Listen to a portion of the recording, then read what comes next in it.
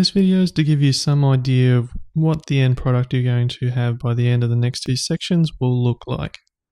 This is not a complete game, but this is a working game. Okay, so you can see in this area here we have a scene all laid out. Under our scenes folder there's level select and scene 1.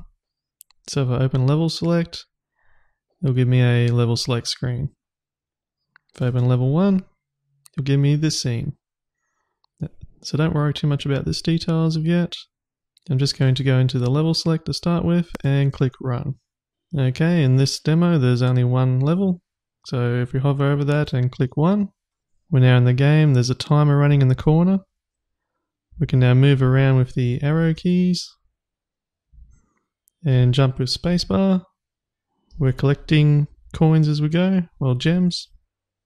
If we collide with a box, we can push it around and the physics will act accordingly. And if you actually manage to reach the end of the level before the timer runs out, then the game will end in a victory. And when the game ends, it takes you back to this menu. So very basic, but some pretty important core elements of game design are in here. So we have UI elements, we have pretty good physics.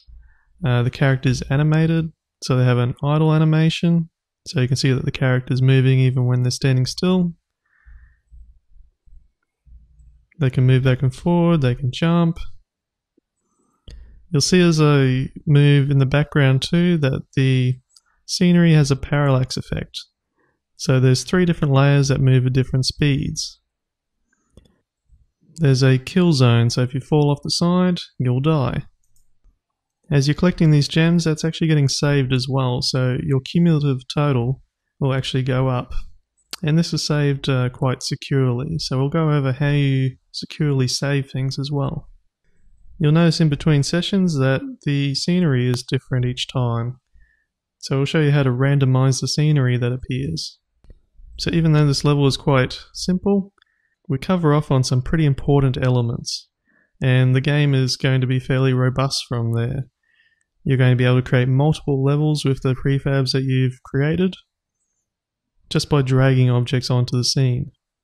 It's actually really cool that you can create hundreds and hundreds of levels, test them out in real time right here in the editor, and all you're doing is dragging objects onto the scene and they're all reacting with each other as the game progresses.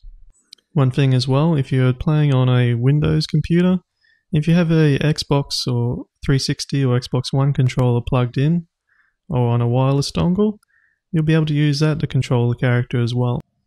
So we're building in versatile controls, and I'll show you through how we're doing that as well. So okay, when you're ready, let's get started.